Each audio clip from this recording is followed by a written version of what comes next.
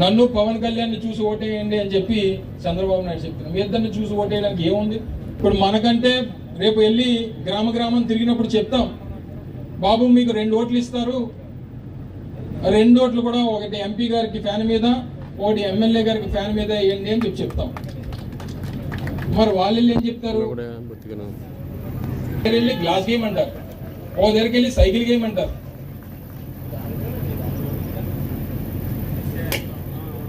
పువ్వు వచ్చేసింది, ఒక పక్క చెయ్యి కూడా వచ్చింది. పువ్వు ముందుంది, చెయ్యి వెనకుంది. ప్రత్యక్షంగా భారతీయ జనతా పార్టీతో, పరోక్షంగా కాంగ్రెస్ పార్టీతో, ఇన్ని రాజకీయ పార్టీలతో పొత్తులు పెట్టుకొని ఏ సింబల్కి ఓటేయమని చెప్పి అడగాలో కూడా తెలియనటువంటి ఆ పార్టీలు ఓటేస్తారా? ధైర్యంగా 2 ఓట్లు ఫ్యాన్కి వేయమని చెప్పేటువంటి వైఎస్ఆర్ కాంగ్రెస్ పార్టీకి ఓటేస్తారా? ఒకసారి ప్రజల్ని ఆలోచన చేయమనండి.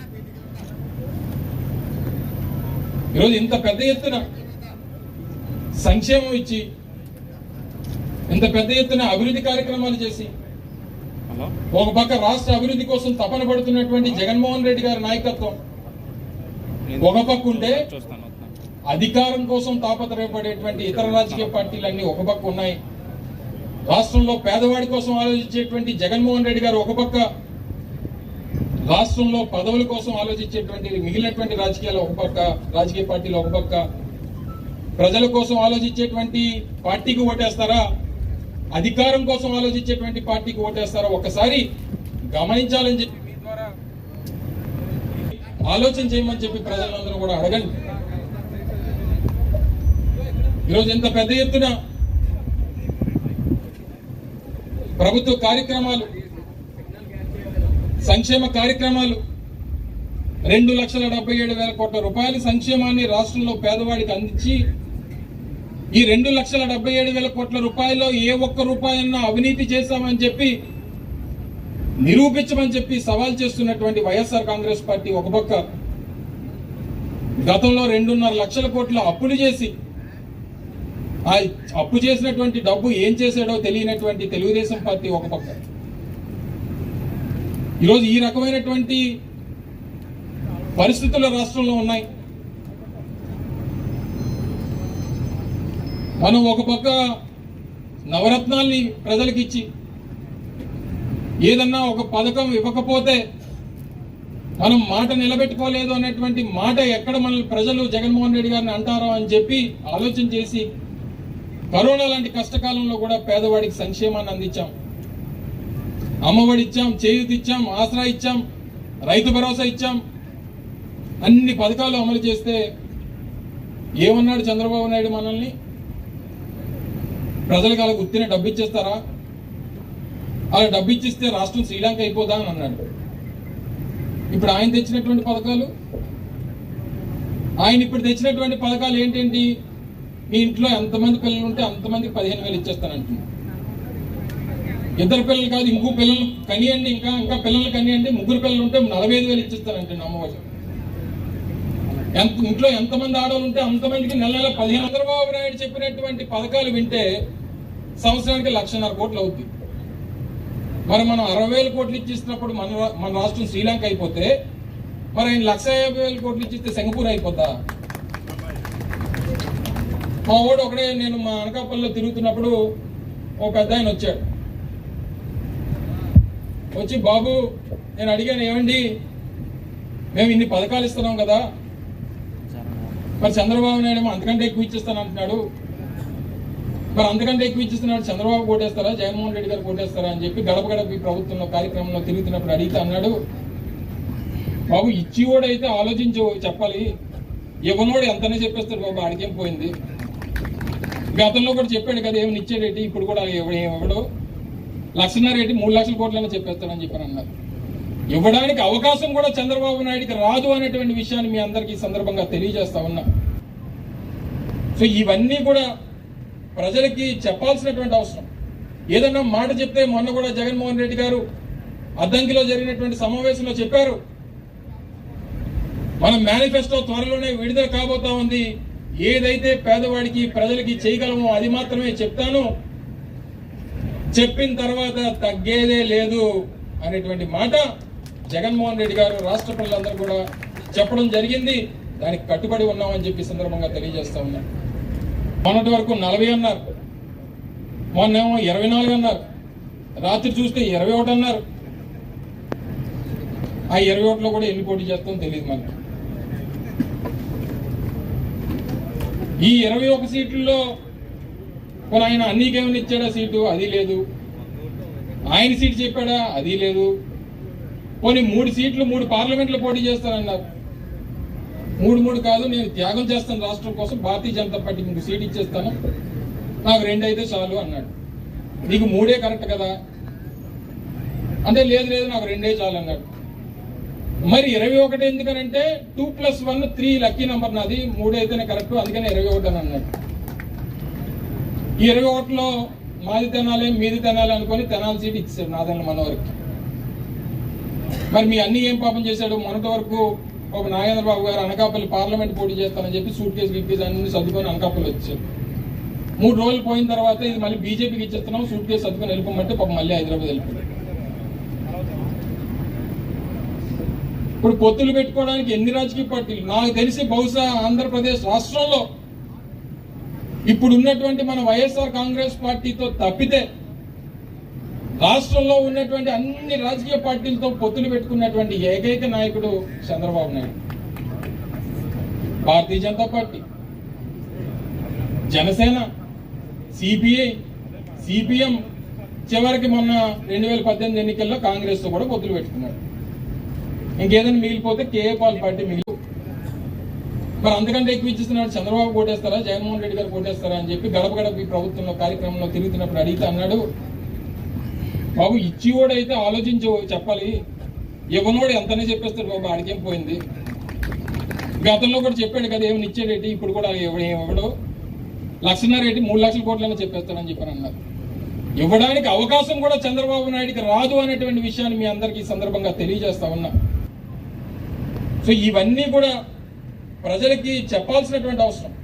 ఏదన్నా మాట చెప్తే మొన్న కూడా జగన్మోహన్ రెడ్డి గారు అద్దంకిలో జరిగినటువంటి సమావేశంలో చెప్పారు, మన మేనిఫెస్టో త్వరలోనే విడుదల కాబోతా ఉంది, ఏదైతే పేదవాడికి ప్రజలకి చేయగలమో అది మాత్రమే చెప్తాను, చెప్పిన తర్వాత తగ్గేదే లేదు అనేటువంటి మాట జగన్మోహన్ రెడ్డి గారు రాష్ట్ర ప్రజలందరూ కూడా చెప్పడం జరిగింది. దానికి కట్టుబడి ఉన్నామని చెప్పి సందర్భంగా తెలియజేస్తా ఉన్నా. మొన్నటి వరకు 40 అన్నారు, మొన్నేమో 24 అన్నారు, రాత్రి చూస్తే 21 అన్నారు. ఆ 21లో కూడా ఎన్ని పోటీ చేస్తామో తెలియదు మనకి. ఈ 21 సీట్లలో కొన్ని ఆయన అన్నీకేమైనా ఇచ్చాడా సీటు, అది లేదు. ఆయన సీటు చెప్పాడా, అది లేదు. కొన్ని 3 సీట్లు 3 పార్లమెంట్లో పోటీ చేస్తానన్నారు. 3 కాదు, నేను త్యాగం చేస్తాను రాష్ట్రం కోసం, భారతీయ జనతా పార్టీకి 3 సీట్ ఇచ్చేస్తాను, నాకు 2 అయితే చాలు అన్నాడు. నీకు 3 కరెక్ట్ కదా అంటే, లేదు నాకు 2 చాలు అన్నాడు. మరి 21 ఎందుకనంటే 2+1 3 లక్కీ నంబర్ నాది, 3 అయితేనే కరెక్ట్, అందుకనే 21 అని అన్నాడు. ఈ 21లో మాది తెనాలి మీది తెనాలి అనుకుని తెనాలి సీట్ ఇచ్చాడు నాదన్న మనవరికి. మరి మీ అన్ని ఏం పాపం చేశాడు? మొన్నటి వరకు ఒక నాగేంద్ర బాబు గారు అనకాపల్లి పార్లమెంట్ పోటీ చేస్తానని చెప్పి సూట్ కేసు అన్ని సర్దుకొని అనకాపల్లి వచ్చారు. 3 రోజులు పోయిన తర్వాత ఇది మళ్ళీ బీజేపీకి ఇచ్చేస్తున్నాం, సూట్ కేసు సర్దుకొని వెళ్ళిపోమంటే పాపం మళ్ళీ హైదరాబాద్ వెళ్ళిపోయారు. ఇప్పుడు పొత్తులు పెట్టుకోవడానికి ఎన్ని రాజకీయ పార్టీలు? నాకు తెలిసి బహుశా ఆంధ్రప్రదేశ్ రాష్ట్రంలో ఇప్పుడు ఉన్నటువంటి మన వైఎస్ఆర్ కాంగ్రెస్ పార్టీతో తప్పితే రాష్ట్రంలో ఉన్నటువంటి అన్ని రాజకీయ పార్టీలతో పొత్తులు పెట్టుకున్నటువంటి ఏకైక నాయకుడు Chandrababu Naidu. Bharatiya Janata Party, Janasena, CPI, CPM, చివరికి మొన్న 2018 ఎన్నికల్లో కాంగ్రెస్ తో కూడా పొత్తులు పెట్టుకున్నాడు. ఇంకేదైనా మిగిలిపోతే కేఏ పాల్ పార్టీ మిగిలిపోయింది. ఈయన పెట్టుకుంటానా, ఆయన పెట్టుకోవడానికి సిద్ధంగా లేడు. ఆయనకన్నా కొంత విలువ ఉంది. ఇన్ని పార్టీలు పెట్టుకొని పొత్తులు పెట్టుకుని పెళ్లి కొడుకు పోనీ ఏమన్నా యువకుడా 75 సంవత్సరాల వయసులో పెళ్లి కొడుకు వేషం వేసి అత్తరు పూసి సెంటు రాసి ఆ పెళ్లి కొడుకు బట్టలు వేస్తే ఏం పనిచేస్తాడా చెప్పండి? ఈ పొత్తులు పెళ్లి కొడుకు తీసుకొని వెళ్ళి ఈ పెళ్లి కొడుకు పేర్ల మీద కూర్చోబెడితే పెళ్లి చేసుకోవడానికి ఎవరికి సిద్ధంగా ఉంటాడా? పని జరగదు కాబట్టి ఓటు వేయరు. సో ఇవన్నీ కూడా ఎందుకు తాపత్రయం దేనికి? ప్రజల్ని ఇంకా మళ్ళీ ఇంకోసారి మోసం చేయాలి, నీకు 40 సంవత్సరాల అధికారం, 40 సంవత్సరాలు రాజకీయాల్లో ఉండేటువంటి అవకాశం ఇచ్చి, 15 సంవత్సరాలు ముఖ్యమంత్రిగా అవకాశం ఇచ్చి, ప్రజలకు ఏ రోజు మంచి చేసేటువంటి పరిస్థితి లేకుండా తిరిగి అధికారం కోసం అంతా తాపత్రయపడిపోతా ఉన్నావే. ఏ రోజైనా మంచి చేసి ఉంటే సరే, ఆ రోజు మంచి జరిగింది కాబట్టి మాకు ఓటేయండి అని అడిగేటువంటి సాహసం లేదు. సో తప్పకుండా రానటువంటి కాలంలో కేవలం 45 రోజులు మాత్రమే, 45 రోజులు కష్టపడండి. మళ్ళీ 5 సంవత్సరాలు రాష్ట్రంలో వైఎస్ఆర్ కాంగ్రెస్ పార్టీ అధికారంలో ఉండి మళ్ళీ రాజా ద్వారా రాజానగరంకి ఏదైతే 5 సంవత్సరాలుగా అభివృద్ధి కార్యక్రమాలు చేశారో, ఇప్పుడే రాజుగారు చెప్తా ఉన్నారు, జిల్లా వ్యాప్తంగా 12 వర్కులు, రోడ్ల వర్కులు ఎన్డీపీ ద్వారా వస్తే మా రాజా గారి ద్వారా 2 రోడ్లు బ్రహ్మాండంగా రాజానగర్కి ఇచ్చినటువంటి 2 ఎన్డీపీ రోడ్లు, ఇప్పుడు వచ్చినటువంటి రోడ్డు కూడా ఎన్నికల ముందే పూర్తి చేసేటువంటి కార్యక్రమం రాజా చేయబోతా ఉన్నాడు. ఏ కష్టం వచ్చినా, ఏ ఇబ్బంది వచ్చినా, ఎందుకంటే యువకులన్నా, ముఖ్యంగా జగంపూడి రామ్మోహన్ రావు గారి కుటుంబం అన్నా జగన్మోహన్ రెడ్డి గారికి ఎంత అభిమానం అనేటువంటిది మళ్ళీ మనం చెప్పుకోవాల్సినటువంటి అవసరం లేదు. రాజా సొంత తమ్ముడి కన్నా రాజాని చూసుకునేటువంటి బాధ్యత జగన్మోహన్ రెడ్డి గారిది. సో తప్పకుండా ఇంకా మంచి జరుగుతుందని, ఏది వచ్చినా నాకు చిన్న వెళ్తుండిపోయేది. నేను కిందసారి రాజా ఎలక్షన్స్ ముందు రాజానగరంలో ఒక మీటింగ్ పెట్టి నన్ను పిలిచి మీ నియోజకవర్గంలో ఉన్నటువంటి ప్రజలతో మాట్లాడేటువంటి అవకాశం కల్పించాడు. మనం వచ్చాం, గెలిచాడు రాజా. మరి మళ్ళీ మనల్ని ఒకసారి పిలిచుంటే మనం వచ్చుంటే బాగుండేది అని చెప్పి అనుకోకుండా రేపో ఎల్లుండో నోటిఫికేషన్ రాకముందే మళ్ళీ మీ నియోజకవర్గం వచ్చి మిమ్మల్ని అందరినీ కలిసేటువంటి అవకాశం కల్పించాడు. వాస్తవంగా తను ఏంటంటే ఈ రోడ్డు కూడా పూర్తి అయిపోయిన తర్వాత 2 కార్యక్రమాలు ఒకేసారి మీతో చేద్దామని చెప్పి అనుకున్నానని, రోడ్డు ఒక 10 రోజులు ఆలస్యం అవుతుంది, ముందు ఈ కార్యక్రమం చేయాలని చెప్పి తను ఆహ్వానించడం, ఈరోజు అవకాశం ఉండి మీ అందరినీ కలుసుకునేటువంటి అవకాశం రావడం. ఈ ఇండస్ట్రియల్ పార్క్ సంబంధించి కూడా రానటువంటి కాలంలో అప్రోచ్ రోడ్ కూడా గ్రామస్తులకి ఇబ్బంది లేకుండా, గ్రామానికి ఇబ్బంది లేకుండా, ఎందుకంటే పరిశ్రమలు మొదలైన తర్వాత హెవీ వెహికల్స్, వ్యాన్స్ ఇలాంటివన్నీ వచ్చేటువంటి ఆస్కారం ఉంటుంది కాబట్టి గ్రామాలకు కూడా ఇబ్బంది లేకుండా ఒక ఆల్టర్నేట్ రోడ్ను కూడా దీనికి ఏర్పాటు చేసేటువంటి కార్యక్రమం కూడా డిపార్ట్మెంట్ నుంచి చేయించేటువంటి బాధ్యత ప్రభుత్వం తీసుకుంటుందని చెప్పి కూడా మీ అందరికీ ఈ సందర్భంగా తెలియజేసుకుంటూ, ఒక ఇచ్చినటువంటి బాధ్యత మీరు అందరూ కూడా తీసుకుంటారని, రానటువంటి కాలంలో వైఎస్ఆర్ కాంగ్రెస్ పార్టీని మరింతగా ఆశీర్వదించేటువంటి బాధ్యత మీరు అందరూ తీసుకోవాలని, కనీసం 40,000 మెజార్టీకి రాజాకి ఇస్తానని చెప్పి మీరు అందరూ కూడా మాట ఇవ్వాలని, అంతకంటే తక్కువ వస్తే రాజాకి ఇప్పుడే చెప్తున్నా, రాజాకి కనీసం 40,000 రావాలి. 45 ఒక్కోట్లే వేలం పాటలో నడుస్తుంది ఇక్కడ అంతా.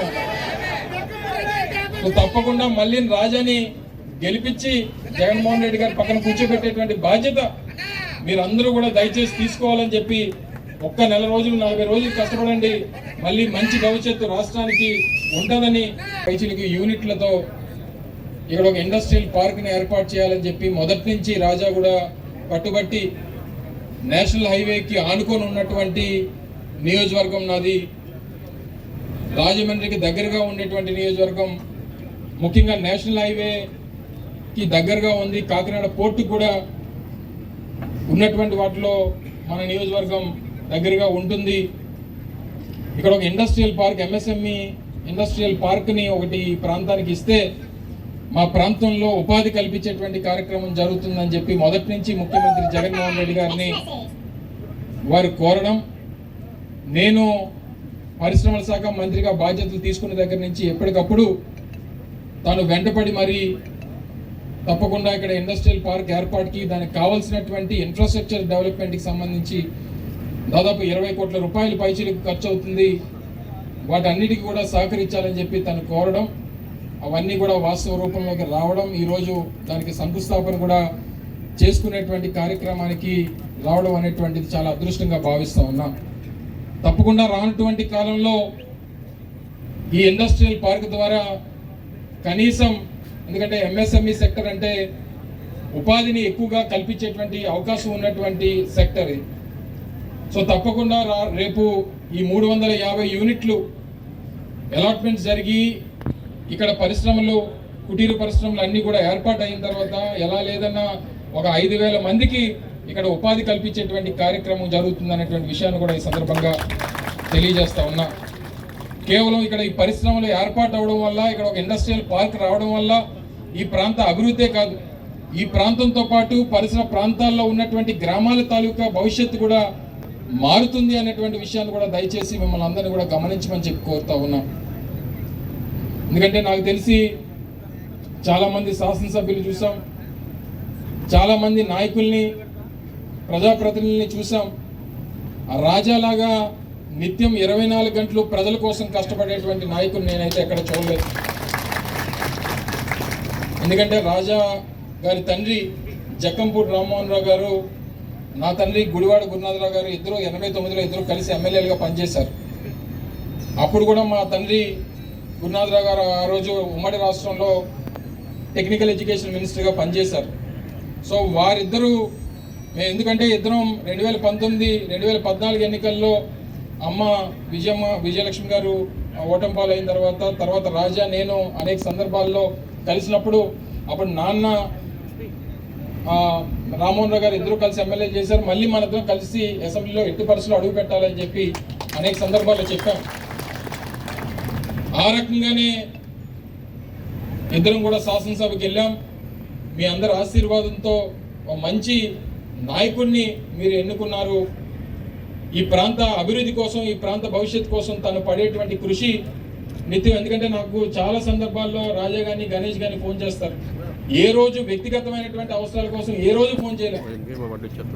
విశాఖపట్నం కేజీహెచ్కి ఎవరో పేషెంట్ వచ్చారనో, లేదా ఈ ప్రాంతంలో ఆటో నగర్ కూడా ఏదో ఒక వర్క్, ఆటో నగర్లో ఇన్ఫ్రాస్ట్రక్చర్, రోడ్స్, అక్కడ కాలువలు కావాలని చెప్పి కొన్ని అంశాల మీద, లేదా ఎవరికైనా చదువుకు సంబంధించినటువంటి అంశాలు ఏదైనా విశాఖపట్నంలో ఉంటే వాటి మీద, నిత్యం ప్రజా సమస్యల మీద వారు పడేటువంటి తపన, వారి నాయకత్వ లక్షణానికి ఒక గీట్రాయి అనేటువంటి విషయాన్ని కూడా మీ అందరికీ తెలియజేస్తా ఉన్నాం. మంది చాలా నియోజకవర్గాలు ఉంటాయి, కానీ మీ ఎమ్మెల్యే గారి పేరు మీద నియోజకవర్గం ఉండడం అనేటువంటి మీ అదృష్టం. మీ ఎమ్మెల్యే గారి పేరు మీద నియోజకవర్గం ఉందంటే ఆయన కోసమే రాసిపెట్టి ఉంది రాజానగరం అనేటువంటి విషయాన్ని గమనించమని చెప్పి కోరుతా ఉన్నా. అంటే ఆ పేరు తప్ప ఇంకో పేరు రావడానికి కూడా లేదు ఇక్కడ రాజానగరంలో.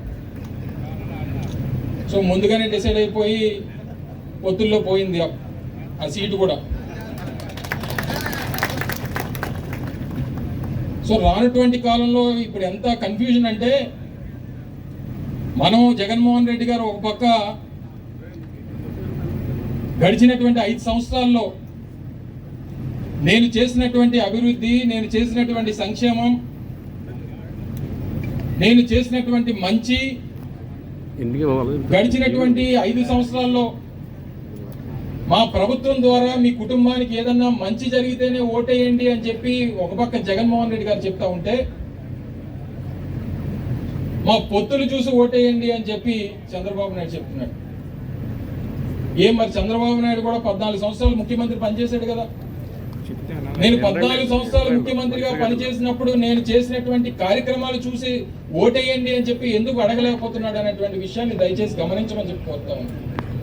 మనం 5 ఏళ్లలో మనం చేసినటువంటి అభివృద్ధి, సంక్షేమం చూసి ఓటేయమని చెప్పి ఒక పక్క జగన్మోహన్ రెడ్డి గారు చెప్తా ఉంటే, నన్ను పవన్ కళ్యాణ్ని చూసి ఓటేయండి అని చెప్పి చంద్రబాబు నాయుడు చెప్తున్నాను. మీ ఇద్దరిని చూసి ఓటేయడానికి ఏముంది? ఇప్పుడు మనకంటే రేపు వెళ్ళి గ్రామం తిరిగినప్పుడు చెప్తాం, బాబు మీకు 2 ఓట్లు ఇస్తారు, 2 ఓట్లు కూడా ఒకటి ఎంపీ గారికి ఫ్యాన్ మీద, ఒకటి ఎమ్మెల్యే గారికి ఫ్యాన్ మీద వేయండి అని చెప్పి చెప్తాం. మరి వాళ్ళు ఏం చెప్తారు? వెళ్ళి గ్లాస్ గేమ్ అంటారు, ఓ దగ్గరికి వెళ్ళి సైకిల్ గేమ్ అంటారు.